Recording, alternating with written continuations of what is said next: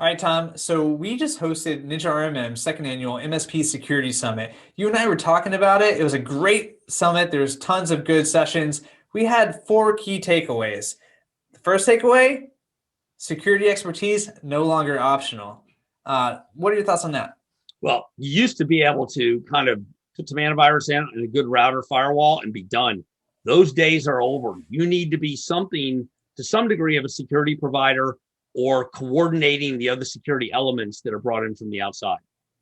Yeah, I think a great quote from that was from Alex Fields. He said, "You can't outsource your responsibility for IT security as a provider. You got to find a way to cover it yourself or get someone who can help who can." Takeaway number two, security is not purely a technical problem. This is great. I love this takeaway because it came from easily the most technical session on the summit. Yeah, the big thing that I was left with, John Hammond was analyzing Ryuk and Universal Health Services hack. And the most interesting thing to me was that started with the phishing campaign and moved laterally through the network. So it probably didn't even start with administrative credentials. Just shows you it's the small stuff that really matters. Yeah, and speaking of small stuff, or the key takeaway number three, the basics are beneath us. I mean, this is one thing. We had Tyler Hudak from Trusted Sec. He's an incident response provider. He gets called in when things go bad. He's worked with MSPs. He says a lot of times it comes down to the simplest thing. Number one being RDP exposed, right? It was great. He said, well, it still sticks with me. If RDP was open, it was RDP. And you know what ends up?